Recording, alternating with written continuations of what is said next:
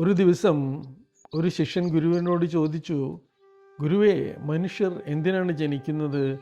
ഭക്ഷണം കഴിക്കാനും ജോലി ചെയ്യാനും വയസ്സാകാനും മരിക്കാനുമാണോ ഈ ജീവിതം? ഗുരു ഉടൻ മറുപടി പറഞ്ഞില്ല. അദ്ദേഹം ശിഷ്യനെ ഒരു വലിയ ആൽമരത്തിൻ്റെ ചുവട്ടിലേക്ക് കൊണ്ടുപോയി. ഒരു ചെറിയ വിത്ത് നിലത്ത് കിടക്കുകയായിരുന്നു. ഗുരു അതെടുത്ത് ശിഷ്യന് കാണിച്ചു. ഇതെന്താണ്? ഒരു വിത്ത്. ഇതിൻ്റെ ഉള്ളിൽ എന്തുണ്ട്? ഒരു മരം. ഗുരു ചിരിച്ചു. ഇല്ല, ഒരു മരം മാത്രമല്ല, ആയിരക്കണക്കിന് ഇലകൾ, നൂറുകണക്കിന് ശാഖകൾ, അനേകം പൂക്കൾ, അനേകം പഴങ്ങൾ. ഇവയെല്ലാം ഈ ചെറിയ വിത്തിനുള്ളിൽ സാധ്യതയായി ഒളിഞ്ഞിരിക്കുന്നു. ശിഷ്യൻ അത്ഭുതപ്പെട്ടു.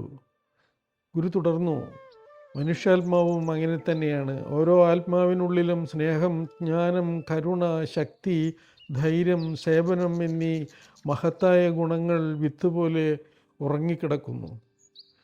ജനനമെന്നത് ആ വിത്തുകൾ വളരാനുള്ള അവസരമാണ്. ശിഷ്യൻ ചോദിച്ചു, അപ്പോൾ എന്തുകൊണ്ടാണ് ജീവിതത്തിൽ ബുദ്ധിമുട്ടുകളും ദുഃഖങ്ങളും വരുന്നത്? ഗുരു സമീപത്തുള്ള ഒരു മാവിനെ കാണിച്ചു. ഈ മരം കൊടുങ്കാറ്റ് കണ്ടിട്ടില്ലെങ്കിൽ ശക്തമാകുമോ? ഇല്ല. മഴയില്ലെങ്കിലോ? അത് വളരില്ല. സൂര്യപ്രകാശമില്ലെങ്കിലോ? അത് വളരില്ല. ഗുരു പറഞ്ഞു, അതുപോലെ ആത്മാവും അനുഭവങ്ങളിലൂടെ വളരുന്നു. സന്തോഷം നമ്മെ പഠിപ്പിക്കുന്നു, ദുഃഖം നമ്മെ പഠിപ്പിക്കുന്നു, വിജയം നമ്മെ പഠിപ്പിക്കുന്നു, പരാജയവും നമ്മെ പഠിപ്പിക്കുന്നു. ജീവിതം ശിക്ഷയല്ല, ജീവിതം ഒരു വിദ്യാലയമാണ്. ഓരോ മനുഷ്യനും ഒരു വിദ്യാർത്ഥിയാണ്. ഓരോ അനുഭവവും ഒരു പാഠമാണ്. ചിലർ വേഗത്തിൽ പഠിക്കുന്നു, ചിലർ പതുക്കെ പഠിക്കുന്നു, പക്ഷേ എല്ലാവരും വളരുകയാണ്. ഗുരു അവസാനം പറഞ്ഞു, നിന്റെ ആത്മാവ് ഒരു യാത്രയിലാണ്. ഈ ജീവിതം ആ യാത്രയിലെ ഒരു അധ്യായം മാത്രമാണ്.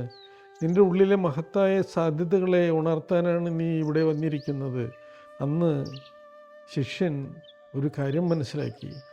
ജീവിതത്തിൻ്റെ ലക്ഷ്യം വെറും ജീവിച്ചു പോകുക മാത്രമല്ല, കൂടുതൽ ബോധമുള്ളവനാകുക, കൂടുതൽ സ്നേഹമുള്ളവനാകുക, കൂടുതൽ ജ്ഞാനമുള്ളവനാകുക എന്നതാണ്. കൂടുതൽ ബോധമുള്ളവനാകുക, കൂടുതൽ സ്നേഹമുള്ളവനാകുക, കൂടുതൽ ജ്ഞാനമുള്ളവനാകുക. അതാണ് ആത്മാവിൻ്റെ യാത്ര. അതാണ് ആത്മീയ പരിണാമം. നമ്മുടെ ജീവിതത്തിന് ഒരു ലക്ഷ്യമുണ്ടോ? ജനനം, അനുഭവങ്ങൾ, സന്തോഷം, ദുഃഖം, വളർച്ച എന്നിവയുടെ പിന്നിലെ ആത്മീയ അർത്ഥം എന്താണ്? ജീവിതത്തിൻ്റെ ലക്ഷ്യം വെറും ജീവിച്ചു പോകുക മാത്രമല്ല, കൂടുതൽ ബോധമുള്ളവനാകുക, കൂടുതൽ സ്നേഹമുള്ളവനാകുക, കൂടുതൽ ജ്ഞാനമുള്ളവനാകുക. അതാണ് ആത്മാവിൻ്റെ യാത്ര. അതാണ് ആത്മീയ പരിണാമം.